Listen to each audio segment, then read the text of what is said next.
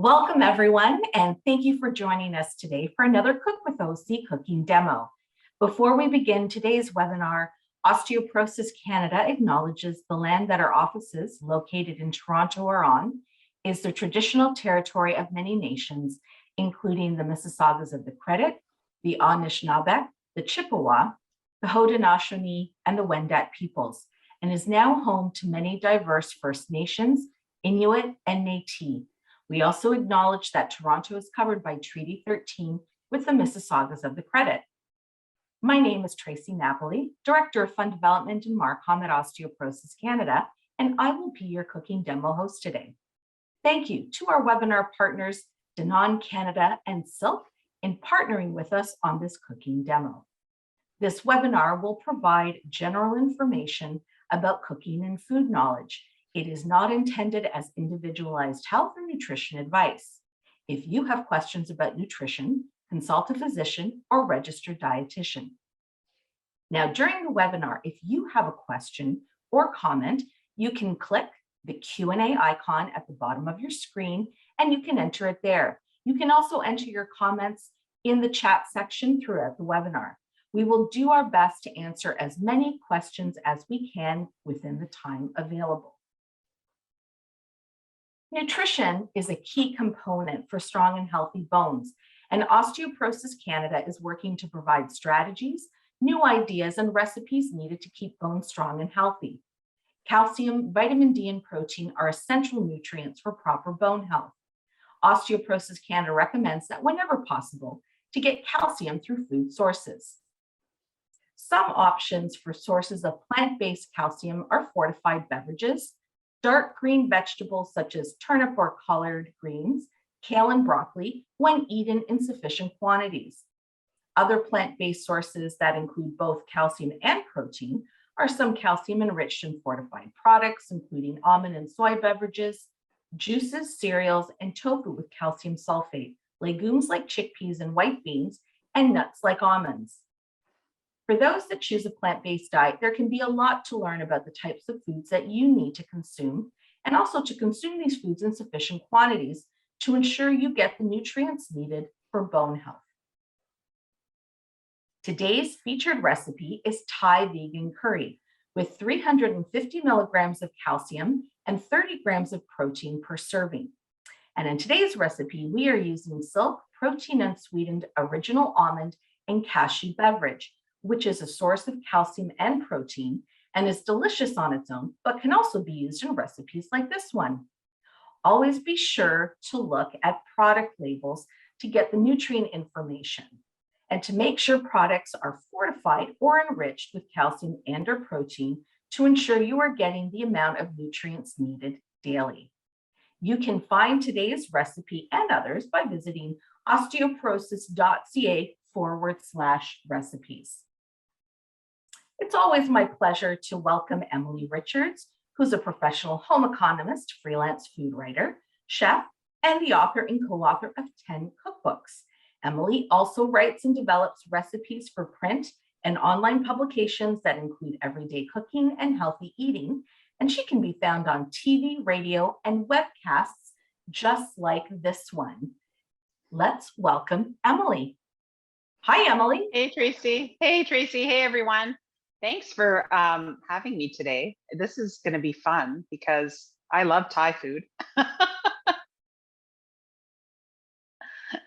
I do too, and we can't wait. We can't wait to try this. So as I was chatting with Tracie a bit earlier, I found out that we have people joining us from all over the world, as we usually do in these webinars, but I thought that this was kind of timely because of the recipe that we're doing, and enjoying international flavors all around the world is so much more common now. And what I love about it is that the ingredients that you need for it, you can buy in your local grocery store. So you don't always have to go to a specialty store to look for these ingredients. And that's kind of important, especially when we're trying to build strong bones and include calcium in our diets. So having ingredients at your local grocery store is absolutely fabulous. And having a recipe like this that's kind of quick and easy really, really helps develop the love of those international flavors. So I think it's an exciting recipe. What about you, Tracie? Do you like the flavors as well? I love Thai food. And I will say this, I'm not always really good at knowing how to make Thai food. It's typically something that I order. So that's actually why I'm really excited that we've done this South Asian inspired recipe, and it looks really delicious. So we're really excited to Awesome. Do it. I'm so glad. So I hope that people try it at home. And if you do make it at home, or maybe you want to make it today along with me, let us know, whether it's on Facebook, on Twitter, or on Instagram. Make a comment, Osteoporosis Canada, and let us know. And show us your pictures, because that's always fun too. So we're going to get started. And this is a recipe I worked on kind of a few times, because I wanted to try to get lots of flavor in it, and make it a little bit easy, but also to focus on a really nice texture. So we're actually going to start off with the tofu. And I have it that I've drained it. We're using a pound of tofu, which is typically a firm or medium firm tofu that you'll find in the grocery store. So it usually comes in one of these style tubs. Okay, so it's a fairly deep tub. The extra firm tofu is a little bit smaller at about 350 or 400 grams, which you could use in this recipe if you'd like, but it's a little bit of a firmer texture. So here I wanted to get more flavor in the tofu and have a nice softer texture. So we're actually going to roast the tofu first. And if you think, well, that's 2 steps, Emily, but while it's roasting, you can get the other ingredients ready for the recipe itself. So it kind of helps you out in a little bit. So here is our tofu, and you want to pat it dry. And that's just to drain it, pat it dry, and you have this lovely block of tofu that we're going to work with, and we're going to chop it. There's no real rhyme or reason other than having it a similar size texture. Okay, so I'm going to, this is about, I don't know, I guess an inch size across, like that. And then I'm going to cut it in half again, lengthwise, like so.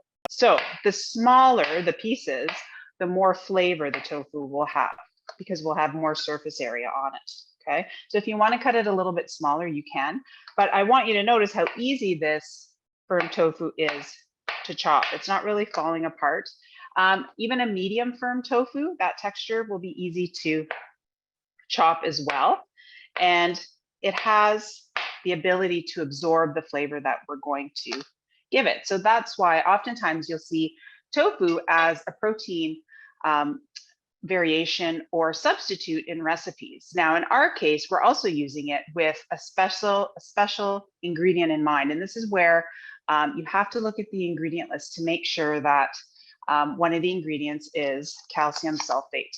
Tracie, do you want to let them know why? Yes, absolutely. So just like all the foods we discussed, like some fortified beverages and whatnot, like the silk that we're using today is fortified with calcium and protein. Not all tofus are fortified with calcium, but when you see calcium sulfate on this, that's the one that you want to purchase to make your recipe with, so that you get the protein and the calcium in it. And I know, as Emily was saying, there's like firm tofu. I was going to say hard, that's wrong. Firm tofu, medium tofu, soft tofu. And it does make a bit of a difference. And as she's pouring the oil or measuring out the oil, I'm going to have her explain the differences with that. Well, what I love about these webinars is everyone asks lots of questions, and I love answering them. And if we can't answer you right away, we will get you an answer. So never fear that. But I thought I would try to jump the gun a little bit ahead and try to experiment and show you the opportunity of what the results of using different tofu are. And I'm going to show you those once I get this in the oven. So I'm going to start off with our flavor base, which is the Thai curry that is going to come through with our kind of our marinade that we're going to roast the tofu in. So I've started off with a little bit of a couple tablespoons of just a neutral oil is all you need. And then I'm going to add a tablespoon. This is the red curry paste here. So if you are new to using Thai curry pastes, they have a lovely soft heat to them. They're also very fragrant. As soon as I smell it, it comes, it's available in the grocery store. It usually comes in a jar or a pouch, but it has this beautiful red color to it. You could also use a red or a yellow Thai curry paste. Really, whatever you find, it will work. But I love the hue of the red color that comes through And it has that kind of lovely lemongrass flavor that is just so delicious when it comes to a curry. So I've added a tablespoon here. And if you love heat, by all means, kick it up. You can add twice as much if you'd like. But we're going to start off kind of as a nice family-friendly meal with the tablespoon. Now we're also going to add a little bit of acidity and fruitiness with some lime juice. So I'm just going to add a tablespoon of lime juice. And one of my big favorites is always garlic, and we're going to use fresh garlic here, and a large garlic clove. So I tried to find the largest garlic clove that I could, okay, and it's whole because we're going to use a rasp. So this is just a microplane. It gives you a nice fine puree of the garlic. If you don't have one, or if you have a cheese grater with a fine side, you can use that. But you could also just use a garlic press, okay? So that you have this really nice puree. You're not seeing it fall yet because it's on the underside of my microplane, but this just helps give you a smoother kind of more, it absorbs almost into the tofu. So you can't tell when you mince garlic, sometimes you get those little bits, especially because we're roasting it. We want it to just kind of marry really nicely into the tofu. This is a really large garlic clove. It's taken me a little while to grate it. There we go. And once you get kind of near the root end there, that's when you can stop there. And then tap it out. There we are. Some lovely garlic, fresh garlic in there. And then I'm just going to give it a little whisk together. So you can see that gorgeous color now of the red curry coming through there. And then what we're going to do is simply toss our cubed tofu right in there. Okay, just, oops, that one jumped out there. So you want to be fairly gentle, just kind of giving it a stir. So I'm using a rubber spatula to make sure that it coats nicely, just like that. But you can see it really does have a nice color. It has a nice ability to stick to the tofu, just like so. And you want to make sure that all those pieces are covered on every little side, just like that. And it smells so lovely. There we go. All right, so now what we're going to do is get our roasting pan ready, which is basically our baking sheet with parchment paper, okay, which I already have ready to go. I'm using this is just a large standard baking sheet because I want to kind of spread out the tofu so that I can get as much kind of golden brown color on our tofu as possible. And you'll have a little kind of extra bit of the curry that you're just going to put on top. So just kind of spread it out so that it's in a single layer, like so. And then we're going to pop this into a 425-degree Fahrenheit oven for about 20 minutes, okay? So I'm just going to pop those in there, just like that. I'm going to put my timer on because there's a tendency to forget about things as I'm working through them. And then I'm going to pop back to my recipe because I like to follow the recipe to make sure that when you make it at home, it's exactly as we've written it here. So this is where you can, your tofu's roasting away. This is where you can do the rest of the prep work for your recipe. So oftentimes when we're doing the webinars, you can see I have everything out, chopped, ready to go to kind of work through the recipe. But at home, that obviously doesn't always work. You're kind of pulling things out. So this is a great example of a recipe where you can get your ingredients out and then kind of work through as the tofu's roasting. So this also gives me the opportunity to show you the beautiful colors that we have that are going to go into the recipe, but also provide some texture, which is really nice. And one of them is our sweet potato. So this is just a small sweet potato that I've peeled and chopped. And what I hope you'll notice is that everything is similar sized pieces, and that's just to help it cook in similar amount of time, so that you're not having big chunks of sweet potato and small pieces of pepper because it won't cook quite as evenly.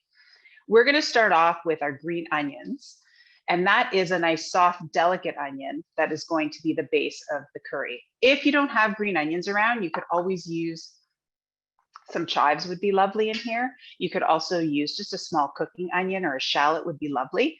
Because we're starting it in the beginning, we're going to soften all those flavors. But here, I really wanted that little pop of green from the green onion, so that's what we're starting with, okay?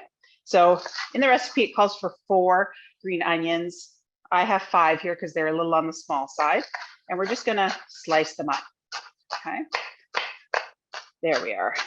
Nice and easy chopping, easy work for me today. I always like the easy ones. Tracie makes my life easier. All right. So I'm gonna add, so the recipe called for 3 tablespoons of oil. I'm gonna add the final tablespoon to my skillet, okay? So that goes in there, and I'm using a non-stick skillet. The reason being is I'm not using very much oil, so that will help in the fact that there's a reduced amount of sticking when I'm using a non-stick skillet, but also because when I go to add everything, we won't have the sauce kind of sticking to the bottom. We kind of want to avoid that. And because we're simmering the tofu in there, it'll come together really nicely. But I do want to heat up this oil a little bit before I get started. So just kind of over medium heat is where we're going to start. And I'm going to start off with my green onions that I chopped. So I'm going to get those in there just like that. And then you'll see the colors as we add them each to the skillet. Now, if you're wondering why I didn't put the sweet potatoes in with the tofu, you certainly can. But I really wanted a little bit of a different texture within the curry. So we're actually going to be putting the sweet potatoes in the skillet. So they will create kind of their own golden brown color and pick up the flavor of the onions as well. Okay, so I'm going to add that in there as well. And I'm also going to add some red pepper. So we really have a nice pop of color here. Now I peeled the sweet pepper. If you don't want to peel the sweet pepper, you certainly don't have to. Just give it a good scrub and then chop it as you wish. So you don't have to worry about that. With the red pepper, if you don't have a red pepper, yellow, orange, whatever pepper you have on hand. I always mention green, but so many people don't like green peppers, but it would work beautifully in this recipe. Okay, I'm just gonna grab a spatula so that I can stir. Emily, can we jump in with a couple of questions? Yes, of course. So I actually think we have a couple of people cooking along with you. So Carol's got a question. She has only a tiny sweet potato. Could she add some carrot? Oh, that would be lovely. Carrots would be great. Now, because they're a little bit firmer, slice them a little bit smaller than the sweet potato, but that would be beautiful to keep that orange color. You could also use squash here if you wanted to. Squash is a great seasonal vegetable that you can use. And you know, if you want to make up the difference with sweet potato, you could also just use a regular cooking potato. So I would use a yellow flesh or white potato, which is similar in cooking time to the sweet potato. So any of those would work really, really well. That's a great question. Oh, that's super. Really quickly before the second question, because I didn't do it earlier, we are going to give away another unbreakable apron.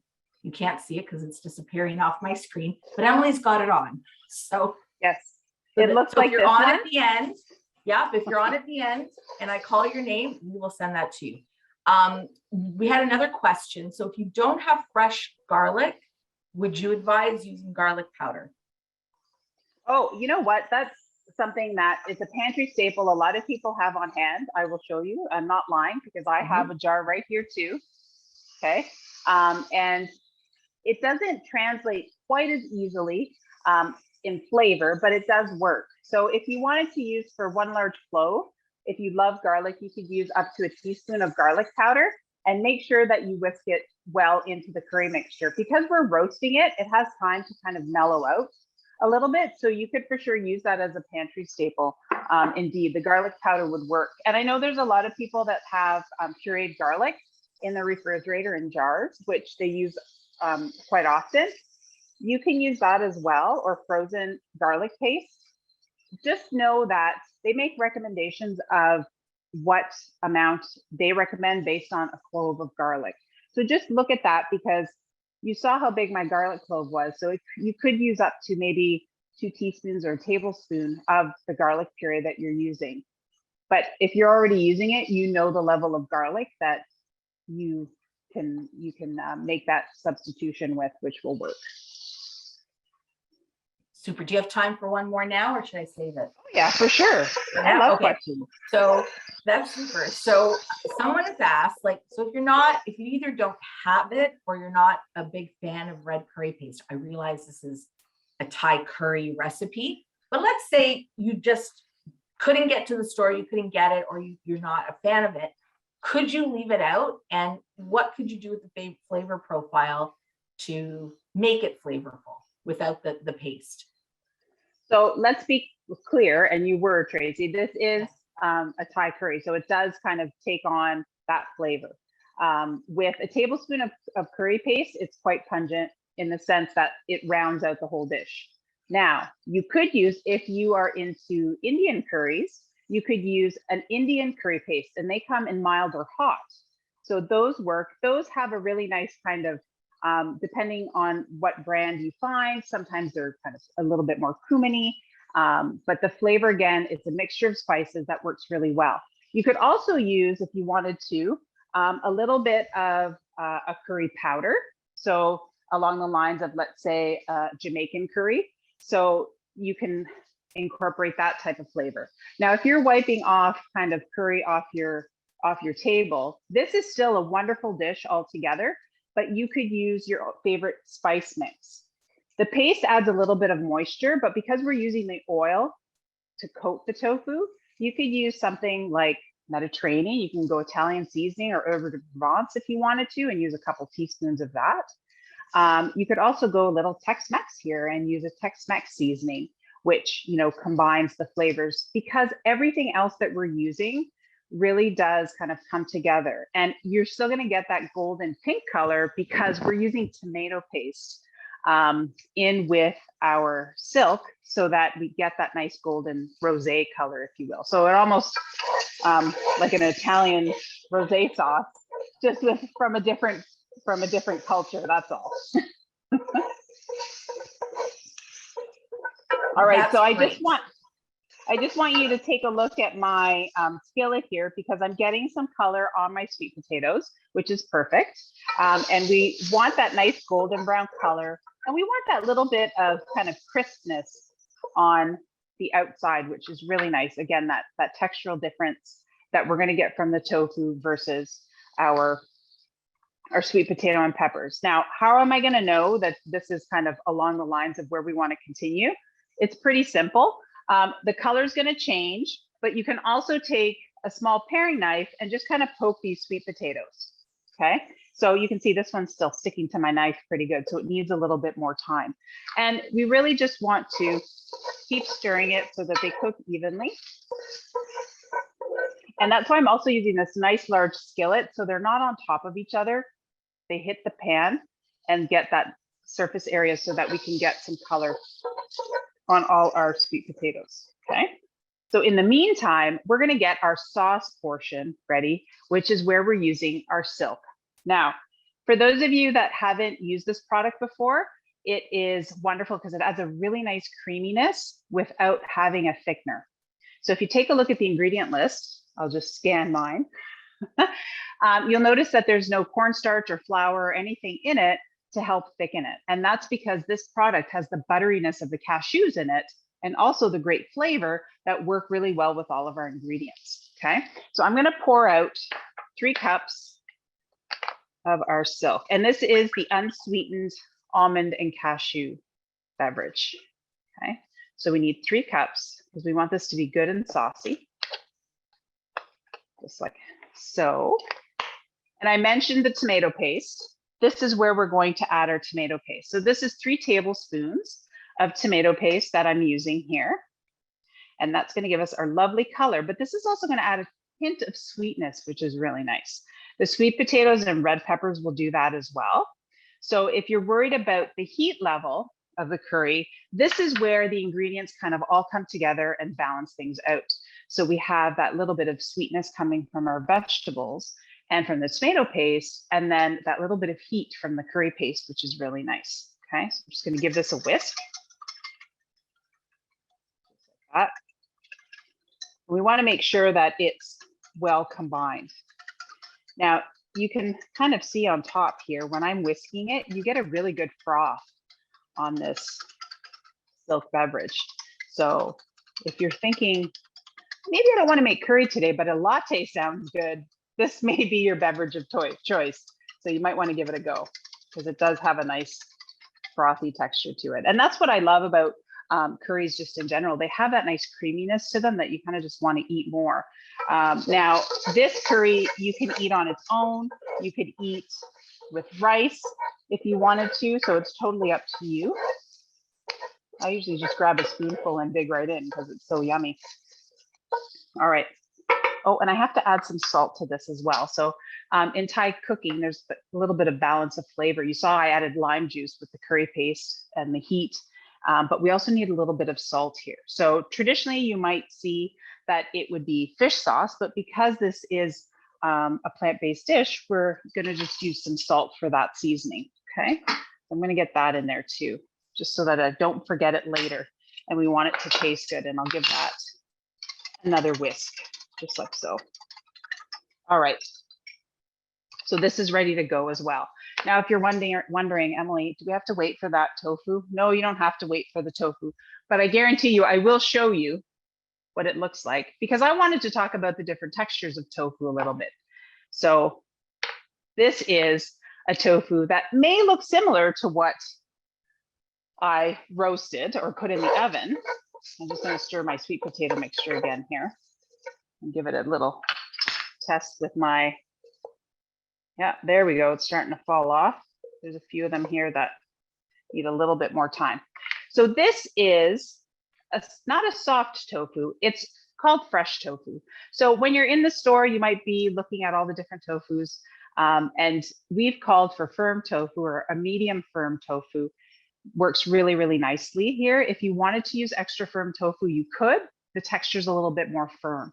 Here, this is just fresh tofu, typically in the medium category. So it's a little bit soft compared to the one that I cut and put in the oven. But I thought, you guys always have great questions. I wanted to experiment and kind of show you the options here. So I've gone ahead, and this has the curry mixture, and I've roasted it for 20 minutes. So you can see it has that nice golden brown, and I love these crispy bits that end up happening, because this is the curry that's kind of roasted with that little bit of garlic, and it's absolutely delicious. But it's kind of deflated a little bit. Is that a problem? Never.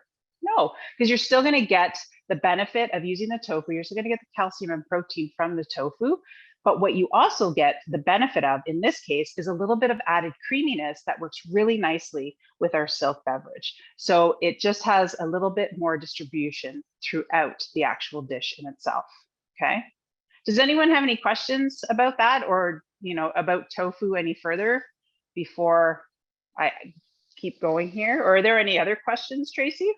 I don't think we have. I'm just checking here. We don't have any on tofu specifically, except for, what if you don't want to use tofu? That's the question. So let me just say this before Emily answers this. We try to do these recipes so that we provide options for variations, but the goal is that we're consuming a certain amount of calcium and protein. So all the other substitutions we talked about, like the garlic paste, to use garlic powder, or whether or not you use, the curry paste and whatnot, those aren't going to affect your the amounts of calcium and protein that you're going to consume. But if you're going to take out the tofu that has a calcium sulfate, you could put another protein in there. Just be aware, and it's not, we always say one meal isn't going to make or break it. This is how you plan out your day, and to get all the nutrients that you need. You can make it up somewhere else. So in terms of the tofu, if you did want to, because this is a vegan recipe, and we do try to provide vegan and vegetarian and gluten-free. This is also a gluten-free recipe. Somebody did ask if we have other plant-based recipes, and we do. We actually have another silk one, which was the Tuscan white bean lasagna. It's on the website, so you can definitely get that. There's a couple other ones, but this one right here, if you were to, this find this delicious. It is delicious, and you just decide, well, I don't have tofu and I want to use another protein. Emily, what can we do? Well, one of the bonuses with the tofu is that there's calcium in there, right? So that's our added bonus. So as Tracie mentioned, that substitution will vary. Now, oftentimes, if you want to stay along the lines of having a vegan dish, you have lots of legumes that you could use. Tracie's going to tell you which ones are better. Chickpeas and white beans. Am I correct? Those are good. Those are good because you get the calcium and the protein. Again, just look at the can, look at the bag, just read the product label. You know, that way you're doing your own, you know, your own calculations. But that's a great idea. Chickpeas would be delicious, and white beans, very creamy. That's right. So and that would still give you that added creaminess that you're getting from the Silk Beverage. So if you want to go outside, let's say you just want to stick with you don't want to make the vegan option, but you need the non-dairy option. So why not try chicken? And I would just use, you could use chicken thighs, or you could use chicken breasts, chop them up, and you can roast them the same way. So chop it up into pieces and roast it with the curry, because that's really getting more surface area onto our protein. Where that changes is now the calcium changes a bit, obviously, because there's the calcium that we're getting from the tofu is not the same. So, but that would work really, really well. So you have that as an option as well. You could also use salmon if you wanted to. If you were using a seafood, for example, like salmon or scallops would work as well. You're not going to roast it as long, because seafood does not need the 20 minutes in the oven at 425, in about 10 minutes for salmon and about 5 minutes for scallops. So you could use those as different options as well. Okay, so hopefully that helps with variations of the curry itself. But for the method itself, I would just kind of follow the same process of roasting our protein to add it in. If you want to kind of avoid the oven, you could do this all in the skillet as well. But it's really about building that added flavor in with our tofu. Okay, so what I'm doing here is just kind of stirring. You can see it's kind of just at a gentle simmer with my sweet potato in here. And this is really where the sweet potato finishes cooking, gets kind of more tender. So you just want to have it at a gentle simmer so that it's not kind of bubbling over. And what I love about the Silk Beverage is that I haven't had to add anything to keep it together. So oftentimes when you see curries, if you're not using a thick enough product, you may need to add cornstarch or flour. We're here, we really have the body in the beverage that will do that. And again, it's that butteriness from the cashews that helps us out here. So I heard my timer go off for my other tofu. So it'll be fun to show you the difference between the two, okay? I'm just gonna turn this down a bit because I don't want it to continue cooking. So this is the softer tofu, okay, just to compare. And then I'm gonna grab the other tofu here to show you the difference with this firm tofu, okay? So we'll do a side by side here. So do you see how this one kind of is a little bit more flat? This one kept its shape really nicely, okay? And you can make this ahead, by the way. So you can get this done and have it at room temperature. Or if you're making it the night before and you just want to come home and do this part, you can tuck it in the fridge. You can also freeze this for later if you want, so that you can just have it at the ready, because this is a lovely addition to not only curries, but soups or stews or anything like that that you want to serve, okay?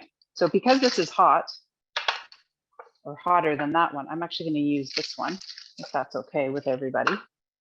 I mean, if you wanted to double up, I could use both, but I think 1 pound of tofu will be plenty. Just make sure you hold on to your parchment paper. There we are. All right. So that goes in. Make sure you get all those crusty bits, because those have so much flavor. We don't want to miss out on those. There we go. I'll put this over here. And I really wish one day, it will happen, that we had smell a webinar. That's not a word, I just made it up. But it would be so nice if you guys could smell this, because it's so amazing. So the color of our curry is going to intensify the sauce a little bit more, which is really nice. I got to make sure that this is on. Yes, it is. All right. So I've just added in our tofu, and you can see the little pop of additional red that came through with the curry paste, which is really, really nice. All right, so we just want to stir this, and I do want to check my sweet potato for tenderness so that we know that it's cooked through. Okay, But just look at how nice and creamy that is. I didn't make any rice today. I should have, Tracie, because I know you really like this with rice. I love sauce, and I love the sauce in the rice. And then you have like all the other bits. That looks so good. We do have a question though. I know somebody, Maya Saint, she's so hungry now that we're all so hungry. So Emily she'll make the sacrifice, and when this is done, she will taste it for all of us. But if someone has a nut allergy and they can't consume any nut products, a great substitute is what? Because it's got what we need. It does. So you can actually use the Silk soy beverage. And when you take a look at the label, I'll just show you this label because I think it's very obvious. Maybe I'll do it up here so you can see. So it says 8 grams of protein right here. Okay. On the Silk soy beverage, it says the same thing. So that's kind of the benefit, where then it will change slightly. And don't quote me on this because I don't remember the calcium on the soy. But just turn it over and check the label and you'll see the amount of calcium that's in the product as well. Okay. I don't know if you have that handy. I'm just hopping on right now.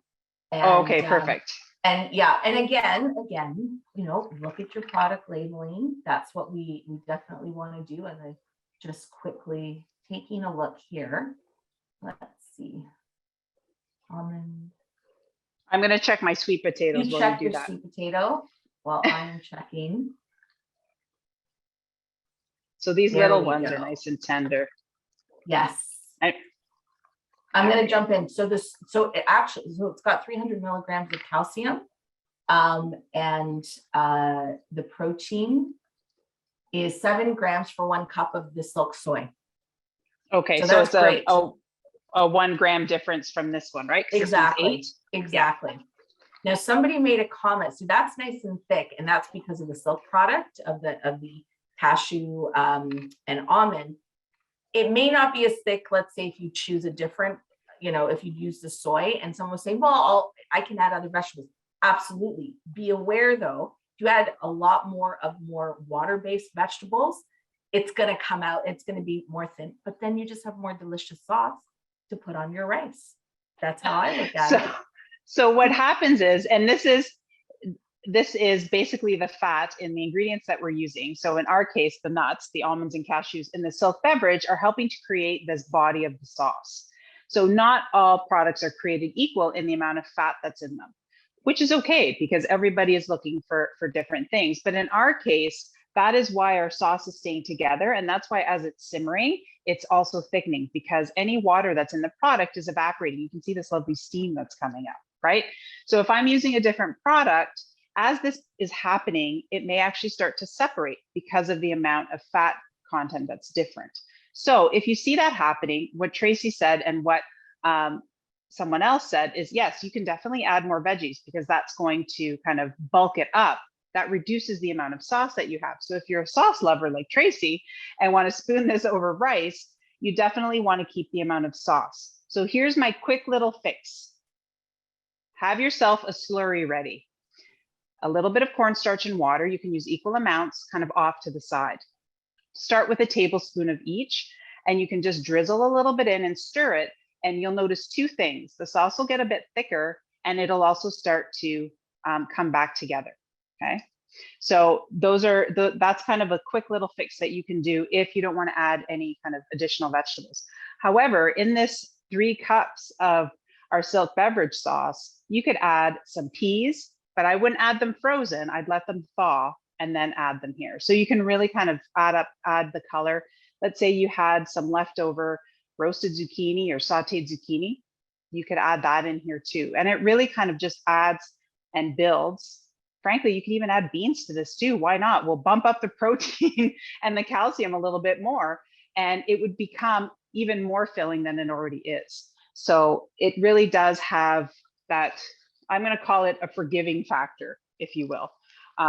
But you can see as it's just simmering here, because you're going to let this simmer for about 10 or 12 minutes to make sure that it's nice and the sweet potatoes are cooked through. And if you add the tofu a little bit earlier, it's okay, because you can see nothing's happening to my tofu.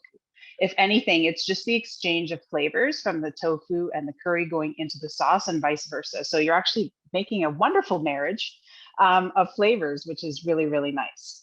Okay. And now you can see, as I'm stirring it, you can kind of see as it's reducing a little bit, all the tofu and the vegetables are coming through. You can see that nice golden brown from the sweet potatoes and some of that golden brown color that we got from roasting the tofu. Okay. So basically, we're done. Yay, there, I'm going to give look it how another fast stir. that was. And if Emily and I weren't talking, it would be faster. So that's pretty much it. A couple other questions. I'm just looking here. So if you make this, Emily, as is right now, and you cooled it, would you advise freezing it? Or you did say to freeze the tofu that was roasted, but would you freeze it as is now? So overall freezing when it's hot, and this is just kind of your general tip, don't freeze it when it's hot. Let it cool completely, and yes, you can freeze it. With the caveat being, it may separate when you go to kind of bring it back to life. So reheating it. So letting it thaw in the refrigerator overnight will help, because that's a nice slow thaw. And then you can warm it up in a skillet again or pop it in the microwave. So anytime you freeze something, you're kind of changing the texture, you're changing things. So I would always say never expect it to be, you taste it today, it's fresh and delicious. You freeze it for 2 weeks and come back, it will still taste great. The texture may be slightly different, and it may separate a bit, but if it benefits you because you've been able to make dinner or lunch for a couple weeks down the road, then 100%, it's worth it. So yes, it is freezable. There's nothing in here that would deteriorate in the sense of, that said, for a few weeks up to maybe a month. But if you're going to leave this in the freezer and forget about it, I wouldn't recommend it, because you really do want to enjoy the benefit of all these flavors coming together. So, and I'm like guilty as everybody else. I put stuff in the freezer and I'm like, yep, I'm going to use it in a month.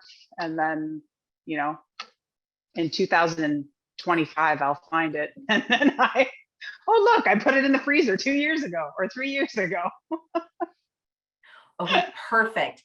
And I'm going to kind of condense the next few questions that I'm just seeing here. So again, the thing you can change, you don't like spice, you don't have to add the chili, the chili that you can see right at the front there. If you really like spice, you can add way more chili. These are all things that are customizable to you. We did have a question, if you can't find the red curry paste, can you use the green Thai? And all of those. Now, also, some people are asking about brands, including of the curry paste and of the tofu.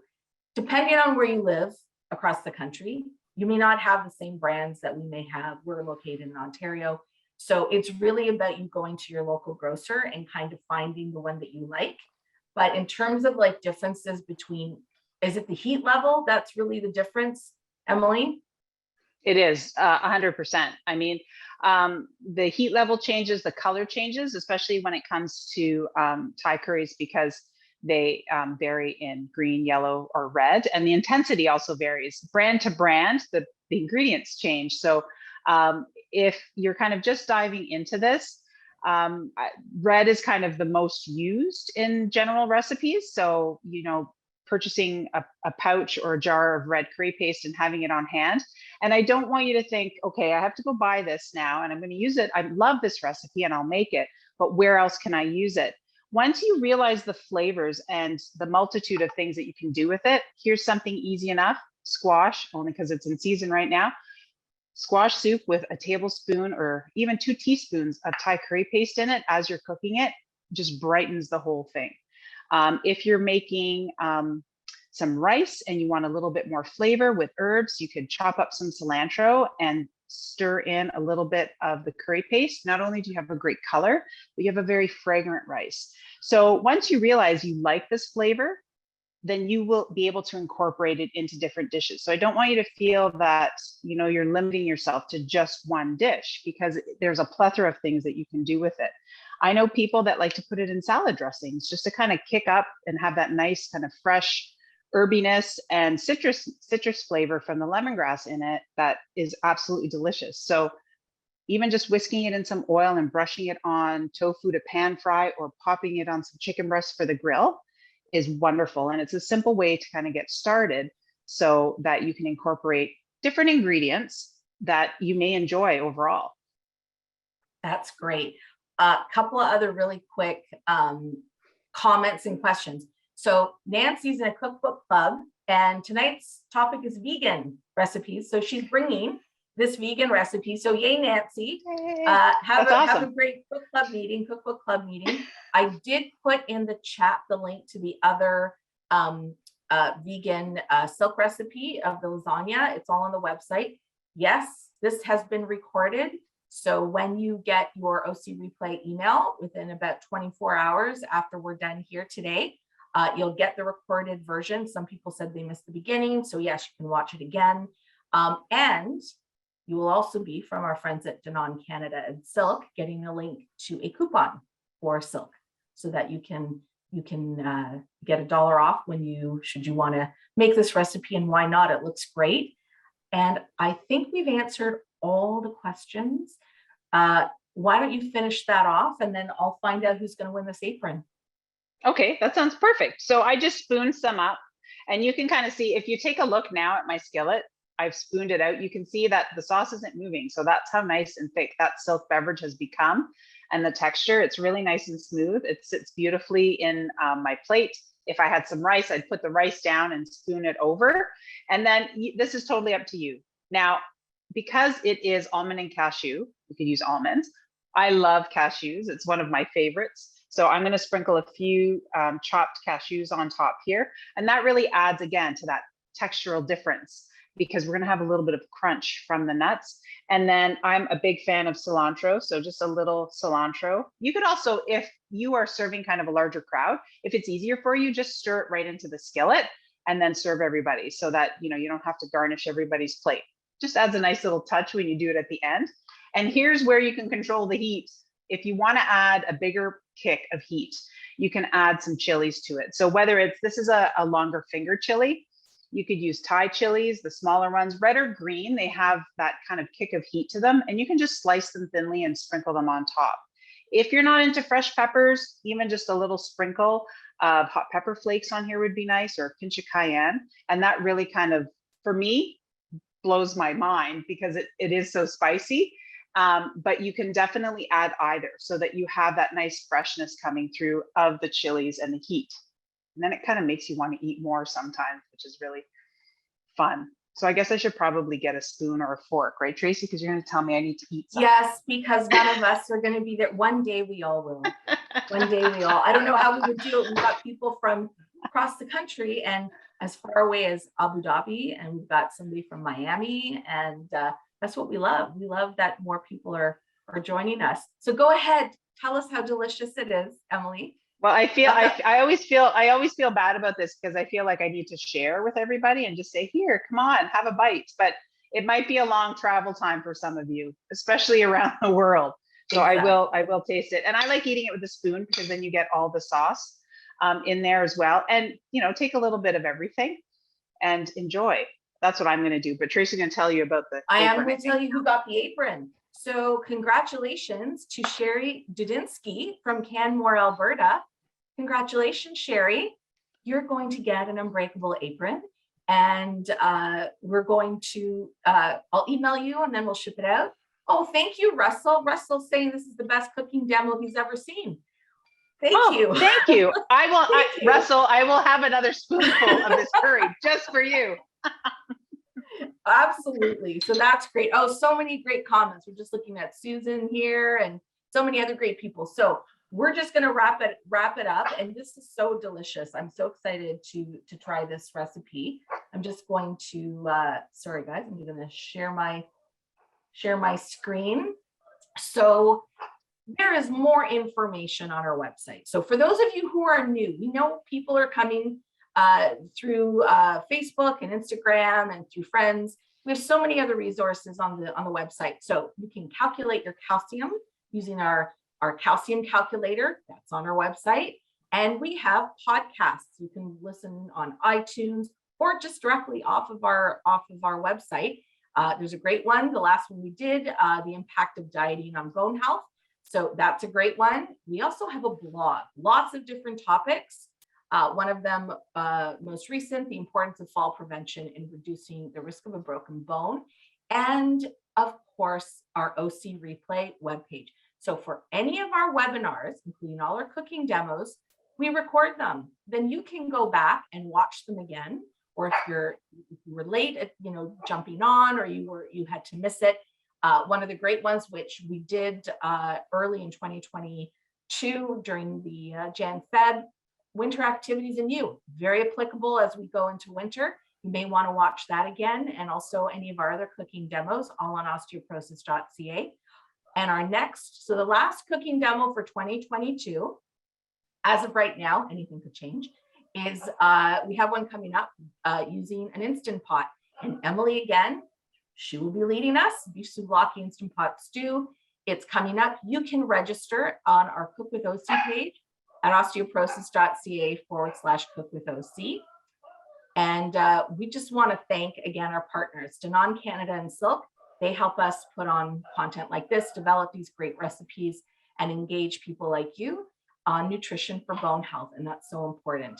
And again, to Emily, who's always delightful, thank you so much for another great recipe. And if you want to get information, thank you, Tracie. Folks, you're welcome, Emily. Subscribe to our newsletter. You can just go to our homepage of our website, click subscribe at the top. You'll get the e-news, and that way you get all the information directly to your inbox. Lastly, we want to thank all of you, because this is what makes these webinars so great, are all of you amazing people that join us, share comments and questions. Take care. Happy cooking until we see you on the next one. Bye, everyone. Have a great day. See you. Thanks, everyone. Bye-bye. Bye. See you.